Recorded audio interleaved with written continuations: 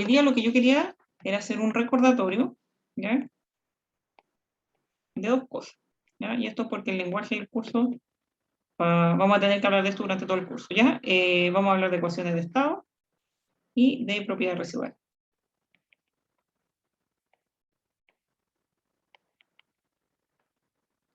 Entonces, vamos a partir con la ecuación de estado, que era la unidad 9, si ustedes tienen la unidad de termo 1, ¿cierto? Era la unidad 9, para que la recuerden, y esta era la unidad 10, ¿ya? Por si quieren volver a revisar, ¿ya? Pero es importante aclarar cualquier duda que pueda quedar, porque esto es súper, súper importante para este curso, ¿ya?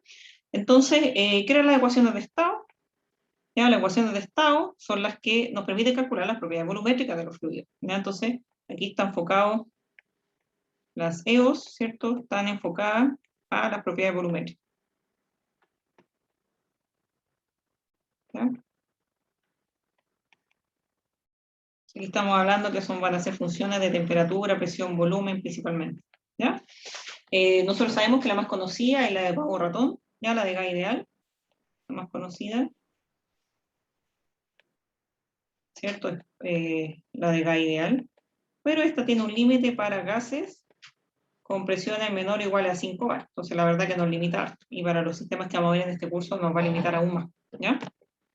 Cuando empezamos a subir la presión, nosotros podemos hablar de un parámetro llamado factor de compresibilidad que nos puede ayudar a tomar en cuenta por cualquier desviación que exista de esta ecuación de gas ideal, ¿cierto? Entonces, nosotros definimos el factor de compresibilidad como Z, que va a ser PV dividido RT, ¿ya?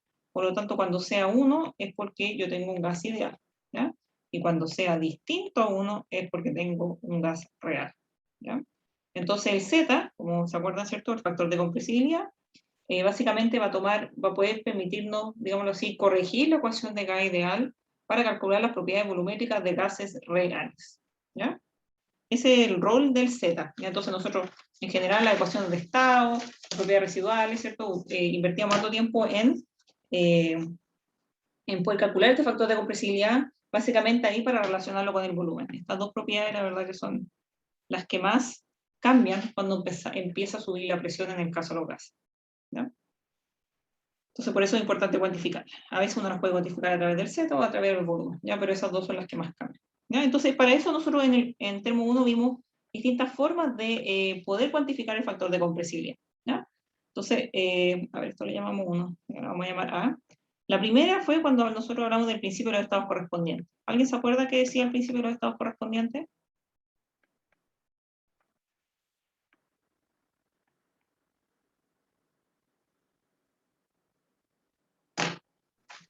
¿No era que el Z se comportaba parecido para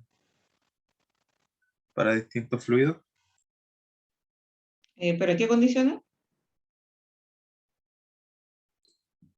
En la temperatura reducida, presión reducida. Exacto.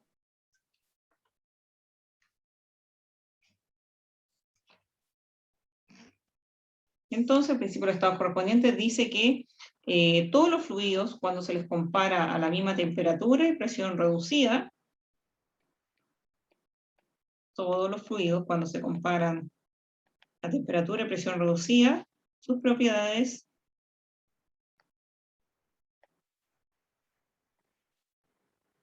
se corresponden, ¿ya? Entonces, eso nos permitía utilizar un gráfico para comparar, para calcular el factor de compresibilidad para una variedad de fluidos, ¿ya? ¿Cierto? Entonces teníamos un grafiquito que era más o menos así, que teníamos el Z acá y teníamos la temperatura reducida y teníamos unas curvas así que eran de la presión reducida, ¿ya? Entonces uno podía utilizar esto para distintas sustancias. Obviamente que sean todas más o menos similar tamaño, forma y familia química también, ¿ya? Entonces eso era la forma más simple de calcular ese Z. Eso también es, como diríamos, fair game aquí, así como también eso es válido, o sea, si ustedes deberían, uno de los recursos que deberían tener para calcular el Z es el principio de los estados correspondientes, ¿ya? Así que eso es concepto aprendido, no es concepto olvidado, es concepto incorporado que podemos aplicar en Termo 2, ¿ya? Estos cursos son secuencia, por lo tanto todo lo que aprendimos en Termo 1 lo podemos aplicar en Termo 2, ¿ya? La segunda forma que vimos fue la ecuación de estado biliar, ¿ya? La ecuación de estado biliar solo nos permite calcular propiedades volumétricas de la fase gaseosa. Me faltó mirar la palabra ahí. Propiedades volumétricas de la fase gaseosa. ¿Ya? ¿Y qué decía la ecuación de estado ideal? Decía que puede ser escrita en función del factor de compresibilidad o del volumen, pero en general nosotros hablamos del factor de compresibilidad. Entonces decía que 1 más B, P dividido RT, va a ser igual a más C menos B cuadrado, por P dividido RT al cuadrado, y etcétera, etcétera, etcétera. Podemos seguir aumentando coeficientes viriales de acuerdo a qué tanto rango de presión podemos utilizar. ¿Cuándo podíamos truncar la ecuación virial en el segundo coeficiente?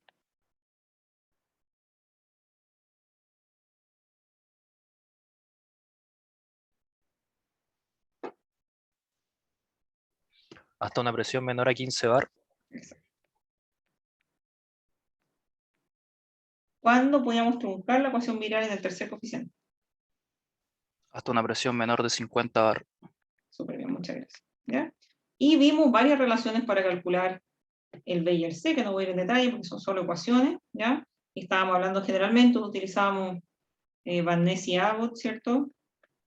Son ecuaciones súper simples, ¿cierto? Dependientes de la temperatura, ¿ya? Y para calcular igual que el Z, y en el Z usábamos Orbi y Vela, ¿ya? Que también es prácticamente una función de la temperatura, ¿sí? Así que eso, no, son ecuaciones, así que dependen de la temperatura, son bien simples, la verdad, así que yo creo que con eso estamos, ¿ya? Y teníamos ecuaciones de estado analítica, que involucraban operaciones elementales, ¿cierto? Así se definían, y ahí vimos dos, bueno, de hecho vimos una, entonces voy a aprovechar de introducir al tiro Robinson, ya que es una ecuación de estado que vamos a utilizar un montón también en este modo.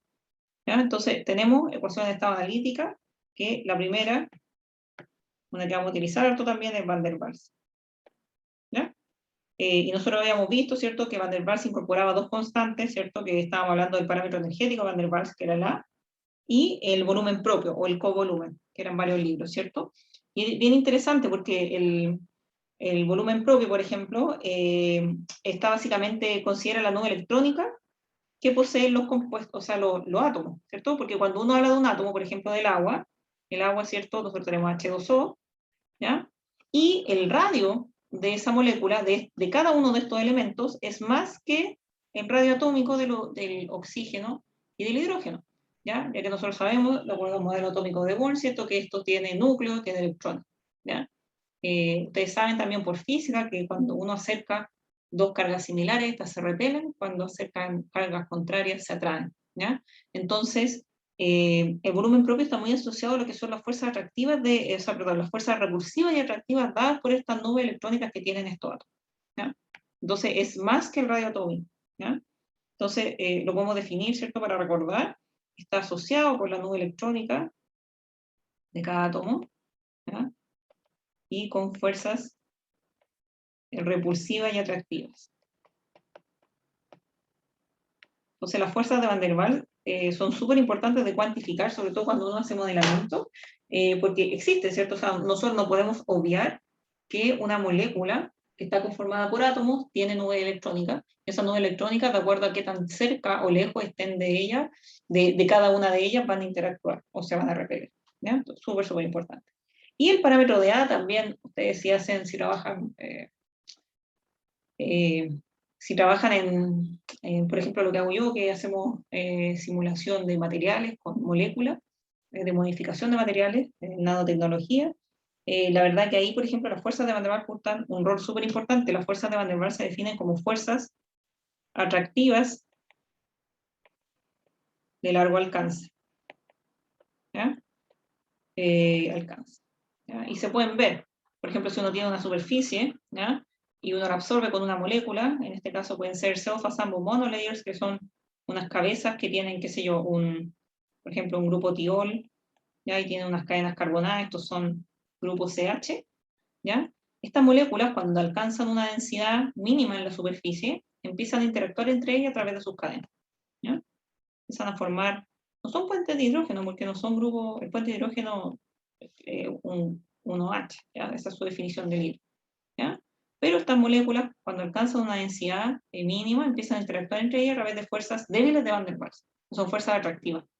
Y la verdad es que cuando uno piensa más o menos que, bueno, no importa que no lo sepa, pero en una superficie en general de 1 centímetro cuadrado, uno tiene más o menos 10 a la 15, 10 a la 15, no 10 a la 6, 10 a la 15 moléculas, ¿ya?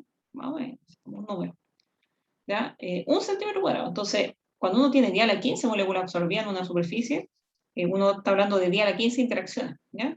Y la verdad que 10 a la 15 interacciones lo que logran es un efecto tipo barrera, ¿ya? Dentro de la superficie, no dejan que nada pase por ahí. La verdad que son, por ejemplo, moléculas que se usan para proteger superficie, ¿ya? Y las protegen súper bien si tenemos una densidad mínima favorable, ¿ya? Entonces ahí me estoy alargando un poco la idea. Lo que quiero decir que este concepto que introduce Van der Waals, de estas fuerzas atractivas de corto alcance, o sea, perdón, de largo alcance estamos hablando entre moléculas, ¿ya? Son súper relevantes y se estudian un montón también en investigación. Por lo mismo, porque uno puede tomar beneficio de estas fuerzas de Van der Waals para, por ejemplo, en los casos que estudio yo, que es para proteger materiales, ¿ya? Eso es súper interesante el tema. Y ahí uno puede conectar termodinámica con muchas cosas.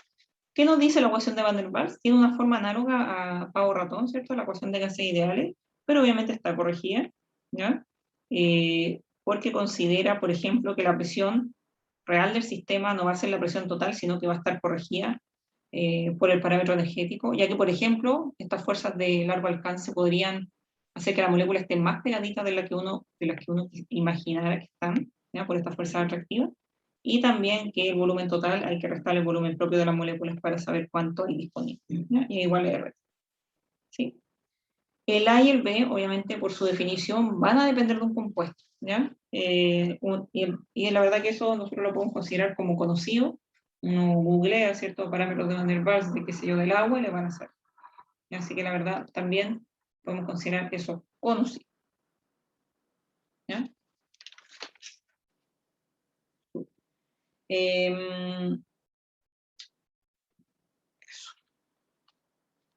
¿Pregunta hasta acá? Lo dije súper rápido, sí sé, pero es como quería hacerlo un poco recordatorio. Obviamente vamos un poco más rápido, pero de todas formas me gustaría tomar sus preguntas si es que hay. Eso es, hasta ahora, esto sí lo vimos, en realidad, el semestre pasado. Sí. ¿Se acuerdan, cierto? ¿O no? ¿Le resuena? Sí. Lo que Había pasa una es que forma de sacar el A y el B, ¿o no? eh, sí, hay una ecuación que siempre enseñan los ayudantes que no están en los apuntes, está de los libros, que depende de las propiedades reducidas. Pero en realidad, si uno, o sea, sí, se pueden calcular a través de una relación de la temperatura reducida y la presión reducida.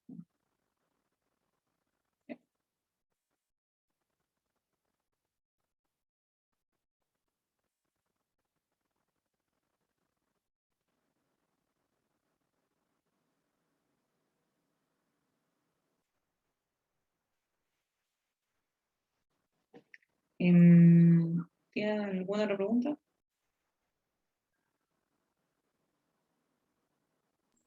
Ninguna.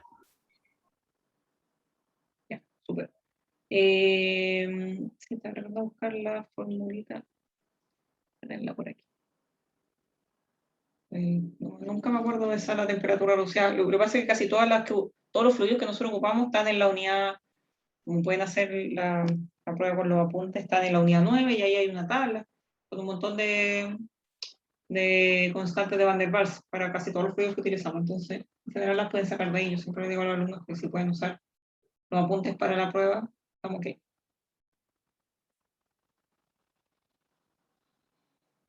Ya. Entonces, ¿qué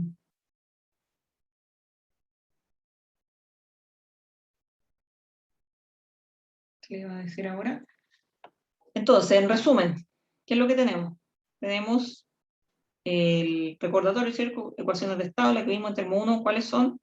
Pavo-ratón, ¿ya? Que cuando estemos en 5 bar lo vamos a poder utilizar. El principio de los estados correspondientes para... ok, perdón. Y cuando empecemos a subir la presión, una forma de corregir por las desviaciones que existen del gas ideal es a través del factor de compresibilidad. Y ese factor de compresibilidad se puede calcular de distintas formas. Las que vimos en el curso es el principio de estado correspondiente y la ecuación de estabilidad. ¿Ya? Así que podemos calcularlo sin problema. ¿Sí? Alguien escribió por el chat.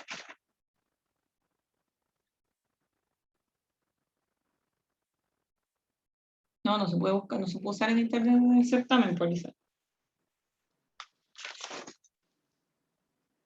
Solo se puede buscar de la tabla. Si no están ahí, se las tendremos que dar en el enunciado. Profe, ¿Sí?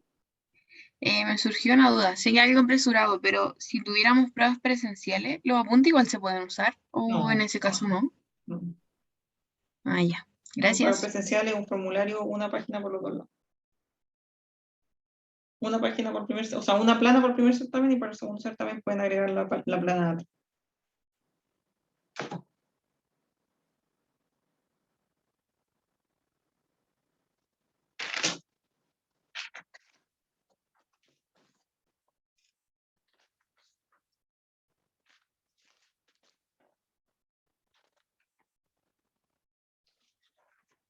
Ya, alguien me preguntó algo. Sí, esto va sumando. Muchas gracias. Sí, porque el despeje es P es igual a RT, B menos B menos A B cuadrado. Sí, porque este es como día a la menos 6. Ya, entonces ahí no te queda, no se te va el término negativo. Okay. Súper. Ya. Otra cosa que sucede cuando empezamos a aumentar la presión, ¿ya? Y que nos va a ocurrir harto el termo 2, es que, espérame, otra pregunta. Profe, no era P más. Ah, sí, ahí lo arreglé. ¿Eso era Salvador? Ah, y si es molar o no, tienen que fijarse en la unidad de. Pero sí, debería ser molar porque el volumen propio es como el metro cúbico, es intensivo. Y esta es intensiva, tiene que ser molar también. ¿Ya? Luego lo que ocurre cuando empezamos a aumentar la presión es que ya no podemos calcular, por ejemplo, una de las propiedades termodinámicas importantes que vemos, la entalpía, ¿cierto? Ya no la podemos calcular como, por ejemplo, la integral de SP por dt, ¿cierto? Nosotros sabemos que eso solamente ocurre para los gases ideales, ¿sí? Nosotros sabemos que cuando empezamos a aumentar la presión, la entalpía va a depender de dos cosas, de la temperatura, ¿ya? Pero ahora hay que estudiar el efecto de, completa la oración,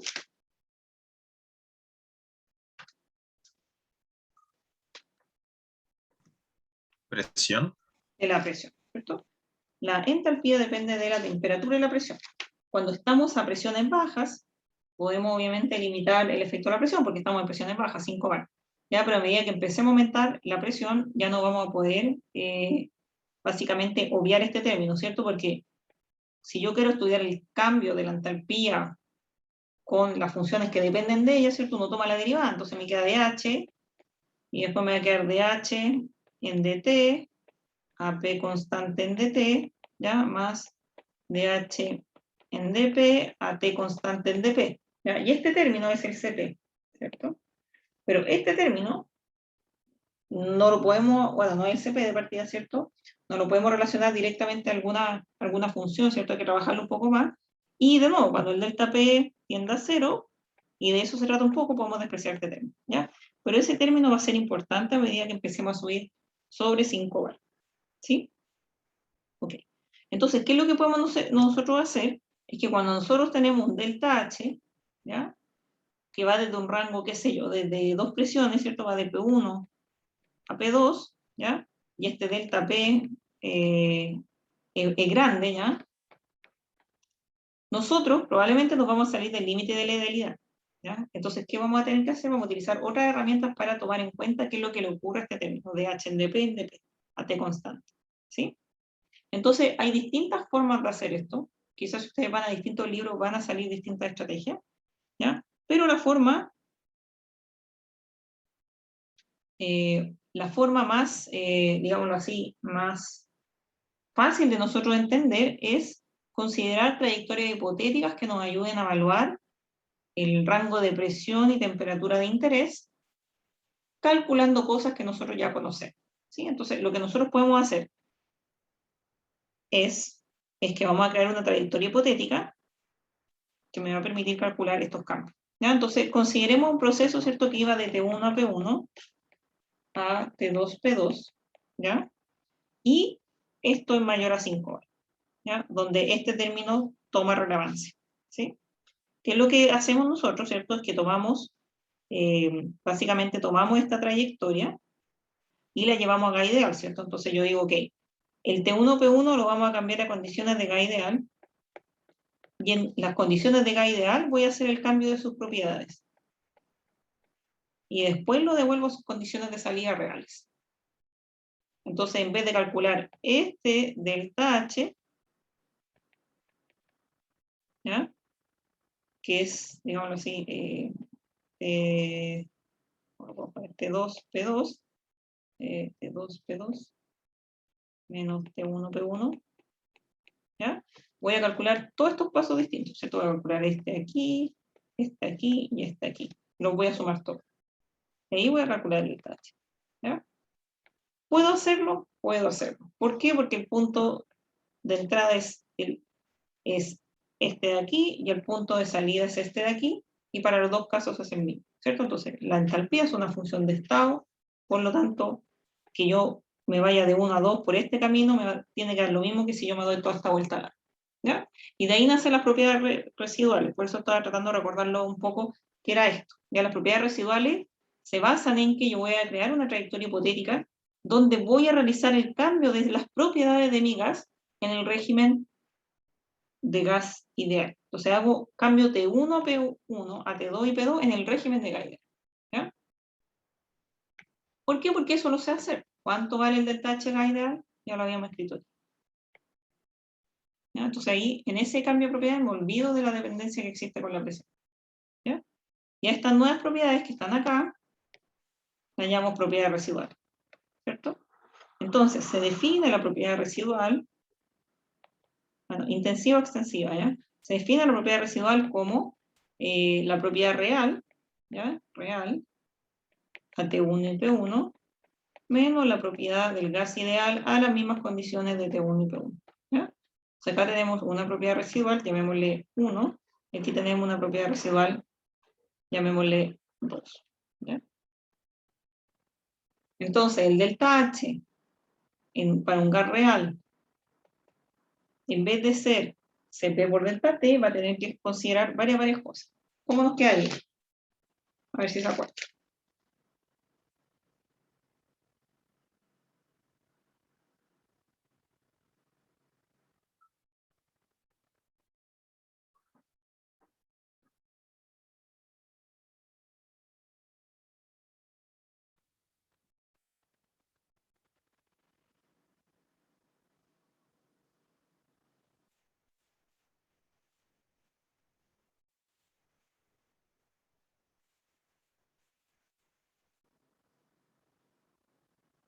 ¿Cómo nos va a quedar el delta H?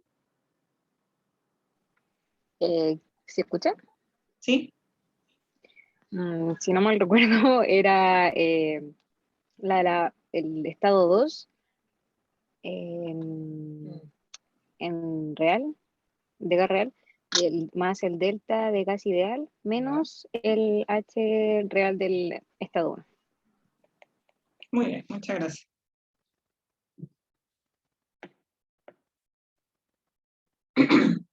Ya, entonces, no, ¿por qué estoy usando una clase entera de termodinamos para esto? Porque las propiedades residuales son súper importantes. ¿Por qué? Si ustedes ven esta definición, ¿qué es lo que considera esta propiedad? ¿Ya? Esto, si ustedes se dan cuenta, nosotros podemos definir como a la propiedad residual como una corrección de las desviaciones con respecto al gas ideal. ¿Cierto? Porque de nuevo, si estoy en régimen de gas ideal, la propiedad residual es cero, ¿cierto? Entonces, a medida que yo me empiezo a desviar, a medida que empiezo a subir la presión, la propiedad a la cual estoy evaluando,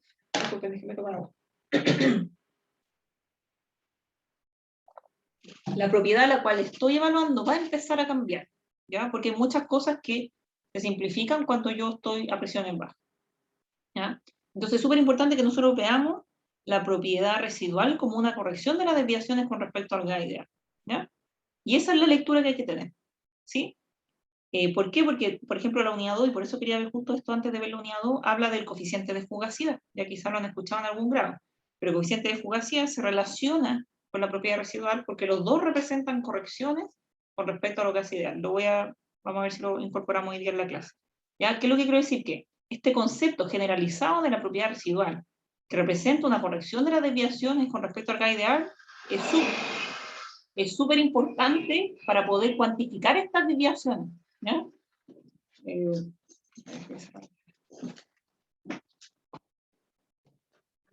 Porque estas desviaciones son un número y nos van a decir qué tan lejos estoy o qué tan desviado está mi fluido con respecto a cómo se comportaría si es un gas ideal. ¿Sí?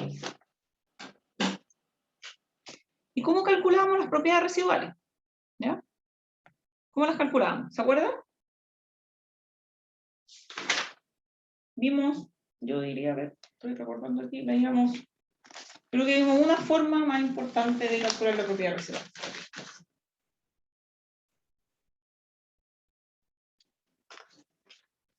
Bueno, Podría también calcular con Dale. virial, era con virial y con Van der Waals. Sí, y también con los principios de los estados correspondientes. ¿Se acuerdan que en la unidad 10 también hay unos gráficos de el H departure, que está en inglés, decía, pero departure es residual. Y también se puede calcular. Uno también puede utilizar el principio de los estados correspondientes. ¿Cómo se calcula? Con principio de los estados correspondientes.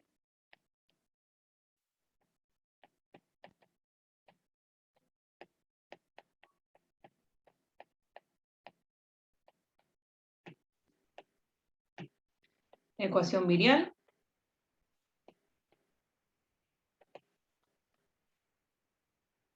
Y ecuación de Van der Waals.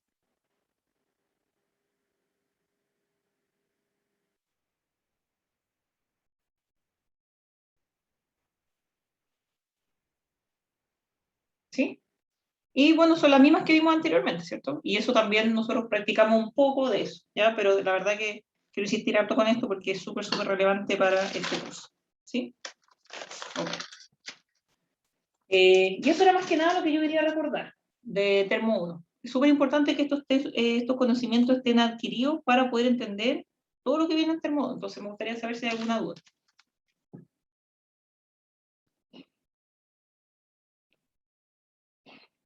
Lo que yo voy a hacer es que voy a pedirle a Franco que suba la unidad 9 y 10 a aula, ¿ya? ¿Por qué? Porque todas las correlaciones de calcular el B virial, a mí, yo le he dicho, a mí las ecuaciones no me importan, porque ustedes siempre van a tener un libro, ¿ya? A mí lo que me importa es que ustedes tomen esa ecuación y la apliquen, ¿ya? Y que la apliquen bien, obviamente, ¿ya? Preguntas.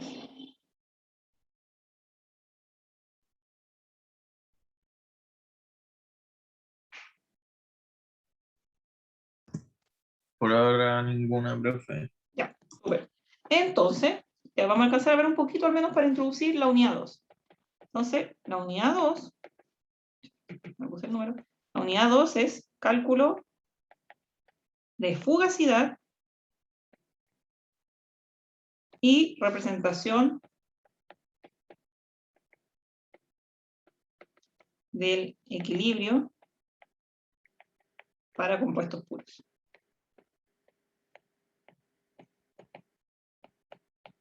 ¿Ya? Entonces, en esta unidad vamos a incorporar dos nuevas propiedades.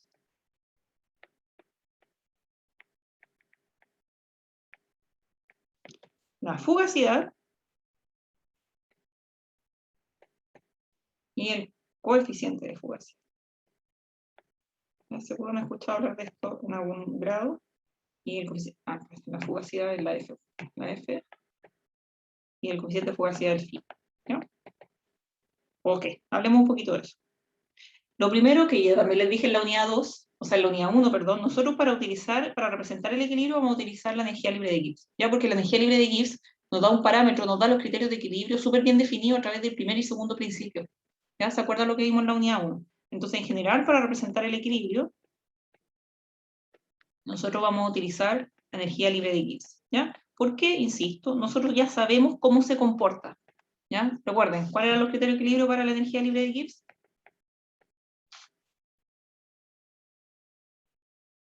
Que la trayectoria al equilibrio, la energía libre de Gibbs debe ser mínima, ¿ya? Para asegurarme de que se cumplió ese criterio, la segunda derivada tiene que ser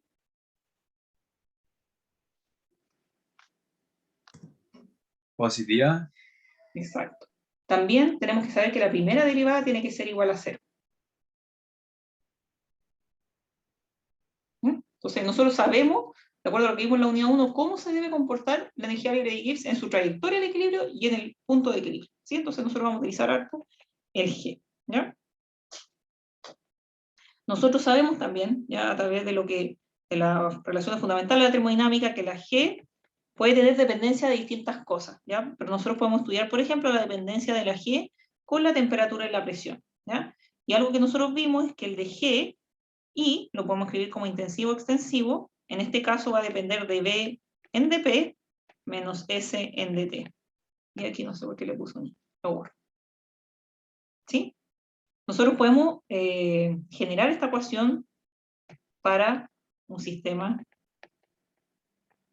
cerrado con un fluido homogéneo.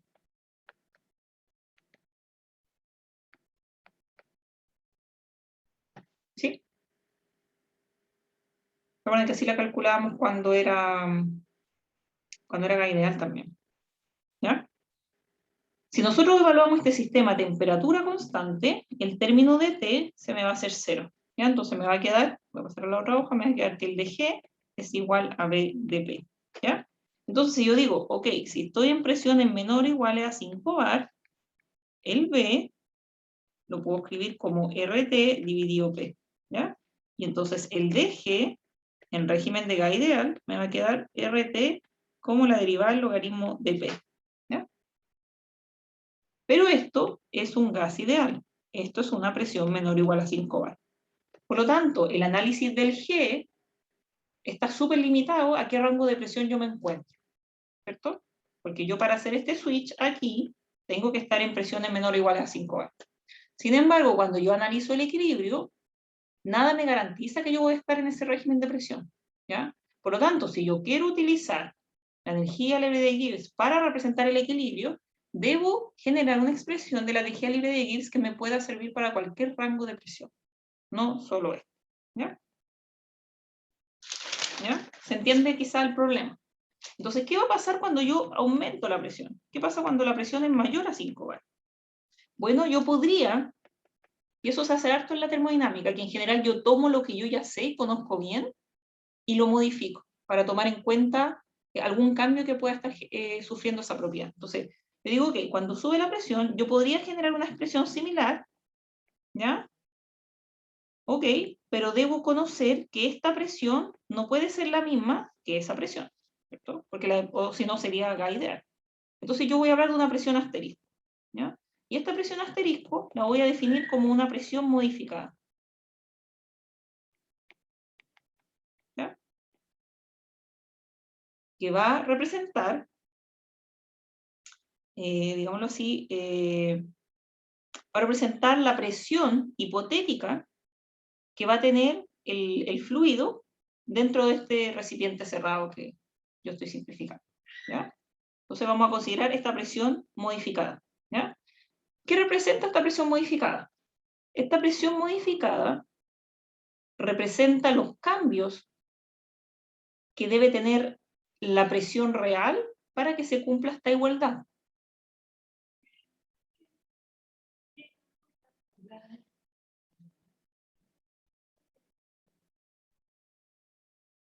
¿Sí? Porque no, para que se cumpla esta igualdad,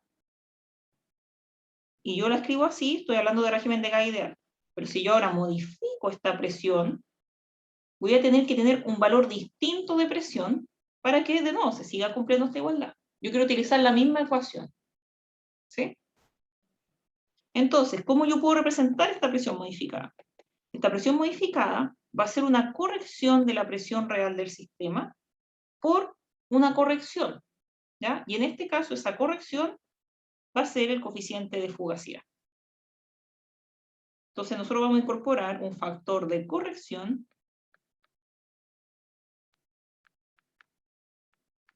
a la presión real del sistema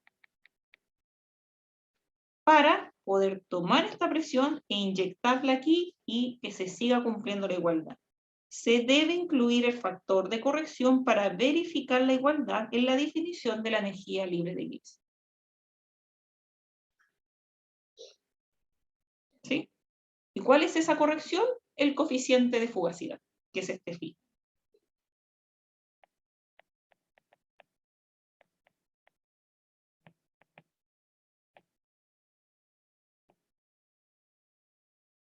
Eso lo voy a dejar escrito aquí, ya que esto es súper importante.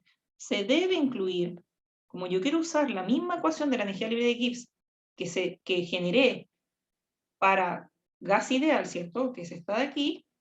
Ahora yo la quiero hacer más universal para cualquier rango de presión, ¿ya? No puedo poner la misma presión, pues esta presión no puede ser igual a esta misma presión, ¿ya? Ojo que esta presión es la presión real del sistema, que es la misma que esta. Por eso no las puedo poner, no puedo dejar P en esa relación. ¿Ya? Lo que tengo que hacer yo es modificar. ¿Cómo lo modifico? En este caso se incorpora un factor de corrección que se le llama coeficiente de fugacidad. ¿Ya? Entonces vamos a escribir eso, es súper importante. Se debe incluir el phi para verificar la igualdad en la definición de el G obtenida en el régimen de Geiger.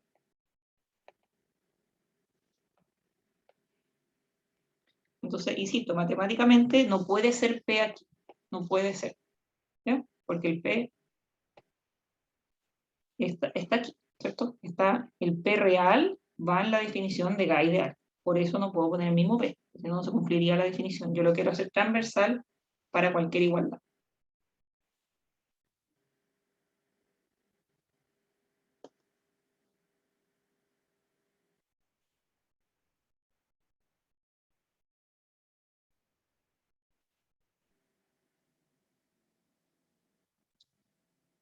¿Sí?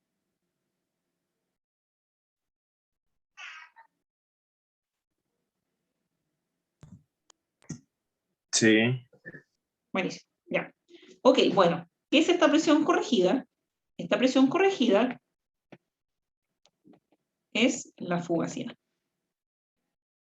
Y esta fugacidad, por lo tanto, se va a definir como el coeficiente de fugacidad por P. ¿Ya? Entonces, esta presión modificada, entonces la presión modificada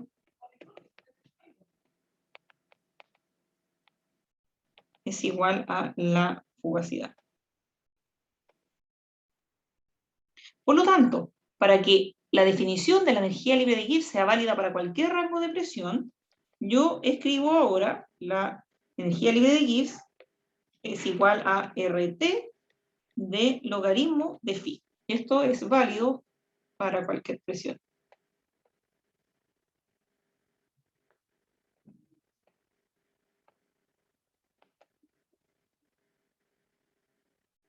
¿Sí? Ahora, insisto, si estamos en presiones menores y 5 bar, bueno, volvemos a la relación anterior. ¿Ya? ¿Ya?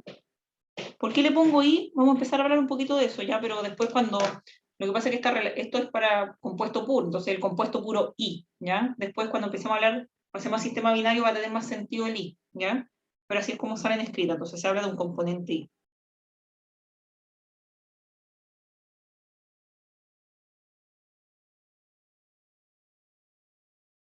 ¿Ya? ¿Sí? ¿Preguntas? Profe, ¿el coeficiente de fugacidad se obtiene experimentalmente o se calcula? Eso vamos a ver ahora. Y aquí está la conexión con lo anterior, que se va a conectar con la propiedad residual, ¿ya? Porque la propiedad residual y el coeficiente de fugacidad nacen, o digámoslo así, tienen valor distinto de la propiedad residual 0, el coeficiente de fugacidad es 1, cuando el sistema se mueve de la idealidad. Entonces, por eso quería hacer como un fast forward ahí con la propiedad residual, porque el coeficiente de fugacidad se calcula. Y una de las formas más fáciles de calcularlo a través de la propiedad residual. ¿Ya? O la primera forma que nosotros vemos en el curso es la propiedad residual. ¿Ya? Entonces, en una ecuación diferencial, vamos a necesitar condiciones de borde para resolverlo. Entonces, lo importante que vamos a decir al tiro, haciendo la analogía entre estas dos ecuaciones, ¿ya? Es que la fugacidad va a ser igual a la presión, ¿ya? La fugacidad del gas ideal va a ser igual a la presión del gas ideal cuando el coeficiente de fugacidad sea 1. ¿Ya? Es básicamente cuando se igualen estas dos ecuaciones. ¿Cierto? Esos van a ser los valores de referencia para resolver.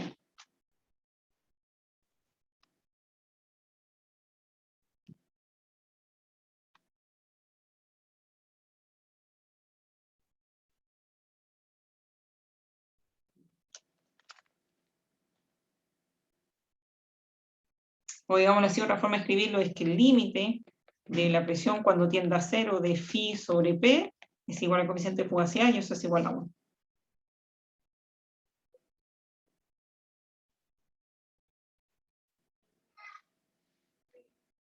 ¿Ya? Entonces aquí quiero un poco responder lo que tú me acabas de decir. Entonces, es importante saber desde ya que el coeficiente de fugacidad se relaciona con las propiedades residuales, ¿ya? Con la propiedad residual, como lo podemos poner, propiedad residual, ¿ya?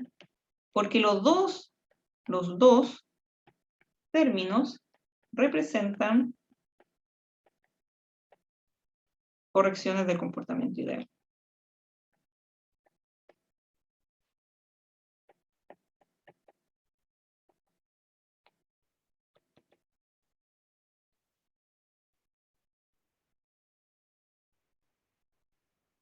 Miren lo que va a pasar aquí. Por ejemplo, ¿qué pasa si yo resto estas dos ecuaciones? ¿Qué me va a quedar? Me va a quedar dg y menos dg y del gas ideal. ¿Cierto? ¿Qué me va a quedar por el otro lado? RT, o factorizar por RT, me voy a bajar esto porque me va a chocar con la letra. RT, paréntesis, de logaritmo de phi menos de logaritmo de p. ¿Sí o no? Ok, bueno, factorizo el diferencial. No le digan a un matemático, pero se puede hacer. ¿Ya? Me va a quedar RT, ¿cierto? ¿Qué pasa con las propiedades de los logaritmos con una resta? Se dividen. Me va a quedar d logaritmo de phi dividido p. Miren que se me formó ahí. ¿Qué es esto? Esta es la propiedad real, esta es la propiedad del gas ideal. ¿Qué es eso? Propiedad residual. Propiedad residual. dg residual. RT de logaritmo, ¿qué es esto? Lo voy a hacer ahí. Un coeficiente de fugacidad. Exacto. ¿Ya? Por lo tanto, la propiedad residual, en este caso la energía libre de Gibbs residual, está directamente relacionada con el coeficiente de fugacidad. Esto recordemos a temperatura constante, que de ahí partió toda nuestra definición. Ya vamos a ver qué pasa cuando no es temperatura constante. Pero, en definitiva, lo que quiero recalcar y motivar es que la propiedad residual es la propiedad que me va a permitir calcular o tomar en cuenta qué tan desviado estamos desde el régimen del aire. Creo por hecho. Se divide, gracias, Elisa. ¿Se entiende? ¿Cuáles son las condiciones de borde de esta ecuación diferencial?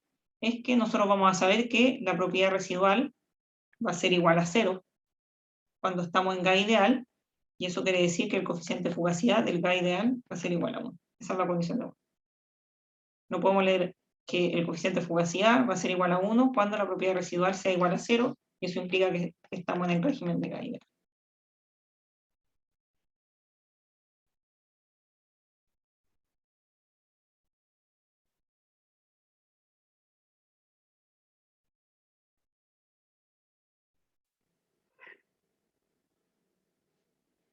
¿Se entiende o no se entiende? Pregunta, esto es súper importante. ¿Por qué? ¿Por qué es importante? Porque ahora todo lo que aprendimos en la unidad 10 de Termo 1 nos va a servir para calcular la energía libre de Gibbs residual. Entonces yo ya les podría decir al tiro que ustedes ya saben cómo calcular el coeficiente de fugacidad. Porque lo único que hice yo aquí es conectarlo con algo que nosotros aprendimos en termo 1. ¿Ya? Esa es la relevancia también, que vamos a ir conectando cosas. Entonces, después, bueno, cuando hablemos de sistema binario, bueno, vamos a generar algunas correcciones, pero las expresiones van a seguir siendo un poco las mismas. Preguntas.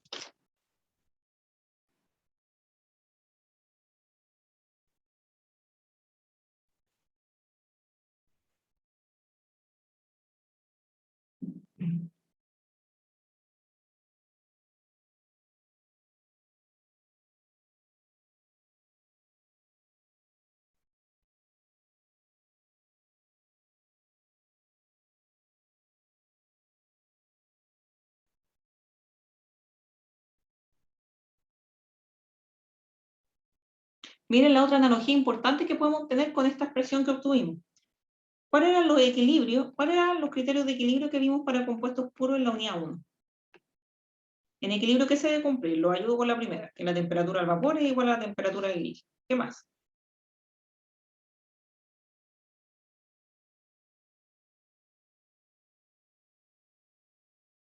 Que la presión de vapor igual sea la presión de líquido. Muy bien. ¿Y cuál es más con respecto a la energía libre de Gibbs? La misma idea, que el de vapor sea igual al de líquido. Exacto. ¿Sí? Perfecto. ¿Qué pasa ahora si yo considero esto para el compuesto 1, es puro, pero pongámosle su índice para efectivamente decir que es un compuesto I, pongámosle nombre a ese compuesto, y resto esto. Esto va a ser igual a 0. ¿Ya? Si yo tomo la definición que vimos de la energía libre de Gibbs, ¿cómo me va a quedar? Me va a quedar RT, logaritmo del phi del vapor, dividido el phi del líquido, ¿no? Y eso también va a ser igual a 0.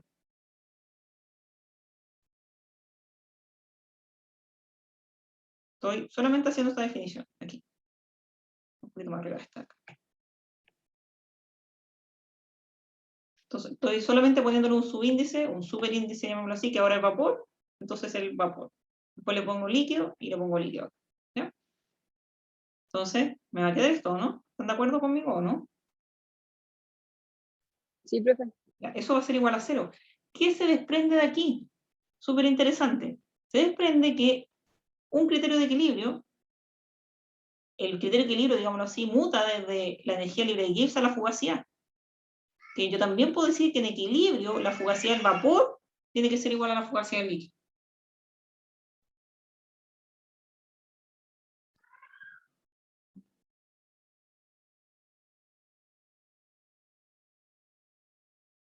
Y como en equilibrio las presiones son iguales, eso se desprende que los coeficientes de fugacidad del vapor tienen que ser iguales a los coeficientes de fugacidad del líquido.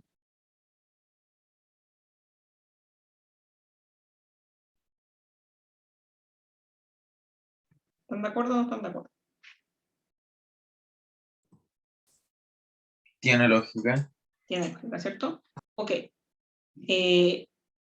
Entonces, nosotros consideramos estos 3 criterios de equilibrio iniciales, pero de acuerdo a la definición de la energía libre de Gibbs, nacen estos 2 nuevos criterios de equilibrio. Entonces, sí, o se puede leer de otra forma, digámoslo así. Si se cumplen estos 3, se deben cumplir estos 2 adicionales también, por defecto. Entonces, ¿qué quiere decir? Que eso es súper importante de saber porque son, bueno, ¿cómo decir? Son grados, o sea, son ecuaciones extra que yo tengo para resolver los sistemas de interés. Estos son herramientas que yo puedo utilizar.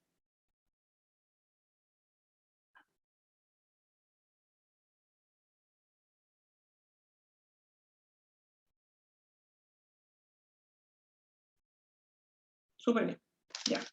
Entonces, a ver, ya estamos casi, pero estamos bien. Vamos bien. Seguimos entonces. ¿Qué otra cosa quería decirles? Súper importante. Ustedes me podrían preguntar, nadie me ha preguntado, ¿cómo se puede definir la fugacidad? ¿Ya? Si ustedes se dan cuenta, la fugacidad es muy análogo a la presión. ¿Ya? Entonces, ¿por qué es análogo a la presión? Porque en definitiva, ustedes lo pueden ver acá, la fugacidad se define como una presión modificada. Entonces, por lo tanto, uno puede Uno puede relacionar su definición con lo que significa la presión, ¿ya? Y su nombre fugacidad se le da porque cuando uno calcula la fugacidad en vez de la presión, uno calcula la capacidad de fuga efectiva que tienen las moléculas desde una fase a otra, ¿ya? Por ejemplo, si nosotros pensamos en un equilibrio líquido-vapor, ¿ya? Y tengo lo liviano arriba, lo pesado abajo, ¿ya? La fugacidad considera qué tan fácil es para una molécula moverse de una fase a otra, ¿ya? Entonces la fugacidad, vamos a escribir, ¿ya? Está asociado, como su nombre lo dice, con la capacidad de fuga, ¿ya? Que tienen las moléculas.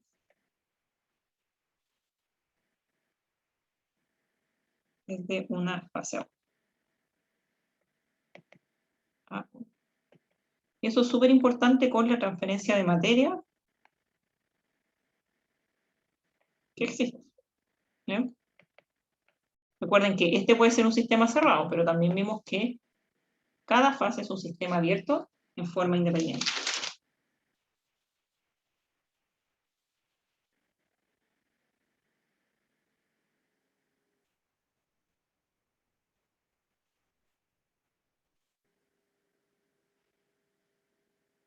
Ahí lo dejamos definido.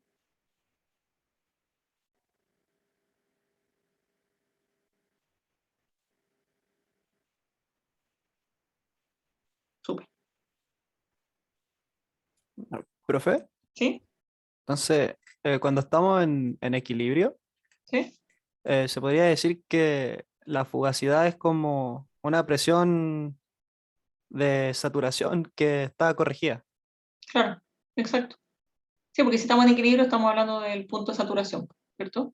Y esto también Sí, está correlacionado muy bien con la definición propiamente del equilibrio, porque acá habla de que obviamente hay una capacidad de fuga que tiene una fase a otra, en ningún caso habla como a falta de transferencia de materia.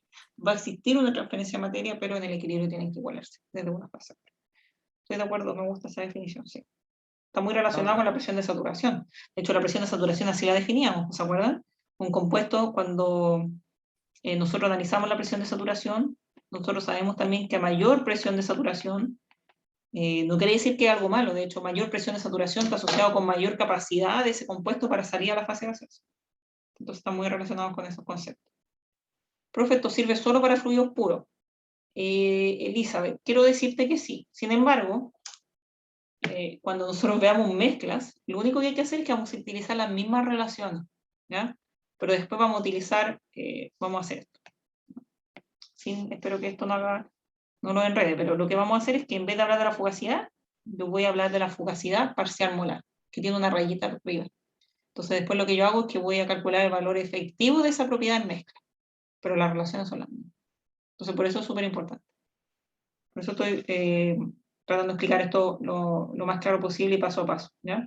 Porque después cuando, sí, se vuelve más complejo con mezcla, pero después solamente tenemos que tomar el valor efectivo. Y todo esto hay que poner una rayita arriba, pero ya vamos a llegar ahí. Entonces sí, o sea, si tú escribes la fugacidad así, claro, eso solo es válido para compuesto puro. Pero va a ser lo mismo para compuesto no puro, pero con raíz, ¿ya?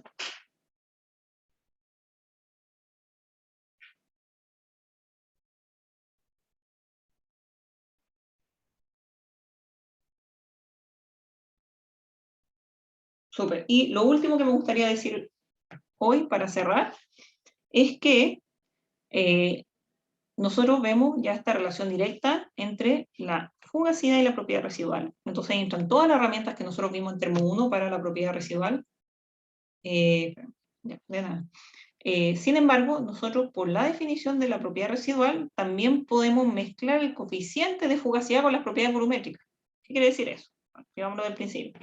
Entonces tenemos que dg residual es igual a RT de logaritmo de phi, ¿cierto? Ok, pero nosotros también sabemos que G es igual a B, de G es igual a B de P, ¿cierto? A temperatura constante. Ok, yo puedo escribir esto de la siguiente forma, ¿cierto? Yo podría, por ejemplo, integrar,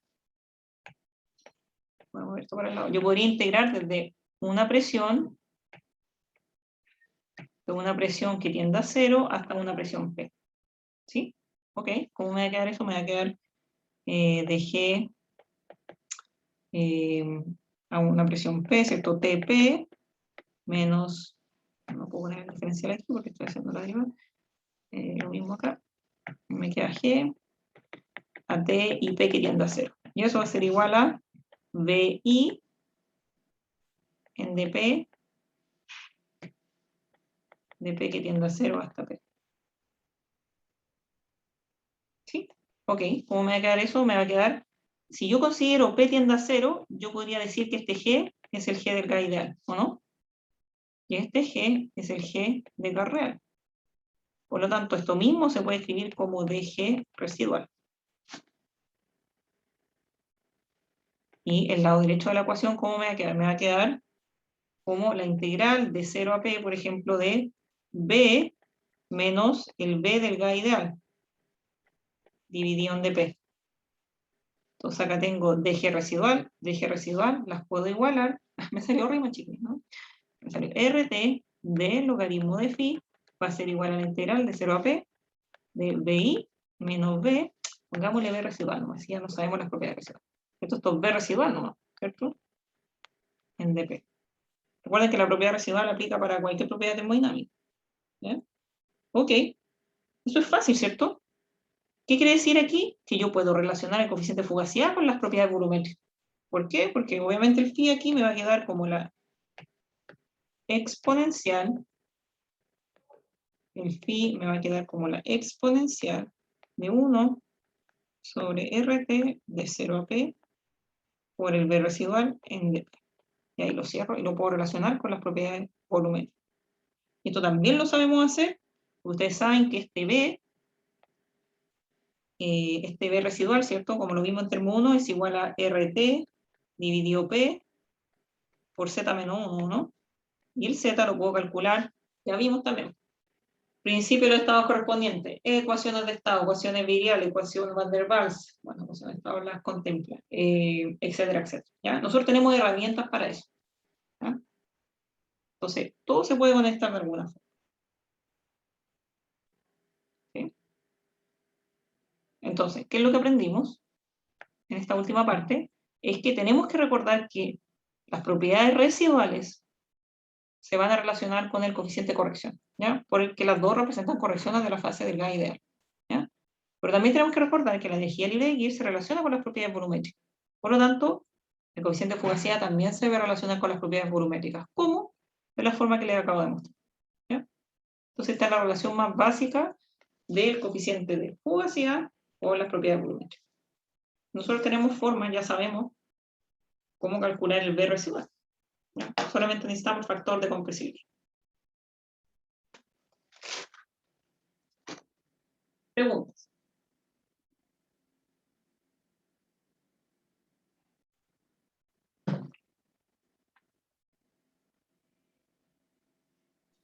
Profe, entonces, ¿este es el único método para poder calcular el coeficiente o vamos a ver más métodos?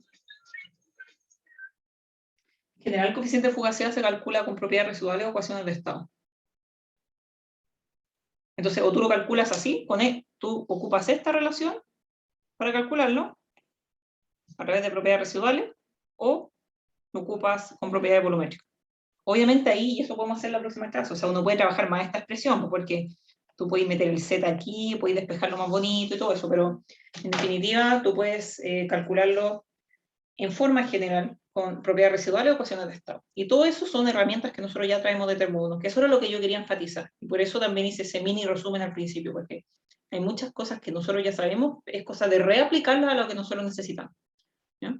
Tiene mucho sentido relacionar las propiedades residuales con el coeficiente de fugacidad, porque los dos son correcciones de los gases ideales, y ahí podemos conectar todo. ¿Ya?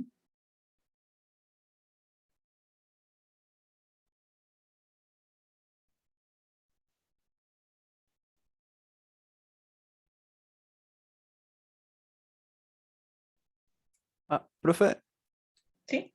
y de la última de lo último que escribió al final, con respecto al phi, ¿Ya?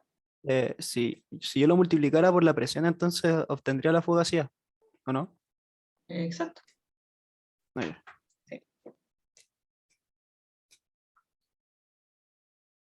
Muy bien. Bueno, muchas gracias a todos por su atención. Voy a chequear con Franco, pero hoy día, al final del día, debería quedar todo arriba. Él va a estar encargado, y como les conté, va a ser el ayudante coordinador este semestre. Entonces él va a estar encargado de subir todo a aula. Ya mira, me acaba de decir Cecilia que 42 de 46 personas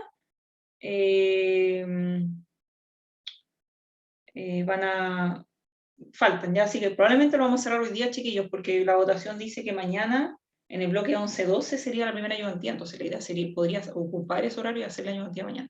Así que las 4 personas que no han votado, los invito a votar, o si no, vamos a tener que cerrarlo con lo que hay, que sería martes 11-12 y miércoles 11-12. ¿Ya? Así que voten, o si no, vamos a tener que cerrarlo hoy. Y claro, partiría mañana la ayudantía. ¿Ya? Y yo voy a checar con Franco para que deje todo arriba hoy día. ¿Ya? Bueno, eso, pues chiquillos, muchas gracias por su atención, que tengan una buena semana y nos vemos el miércoles. Chao, profe. Chao, Chao. Chao, profe. No, profe, que esté Chao, bien. profe. Usted también. Chao, profe.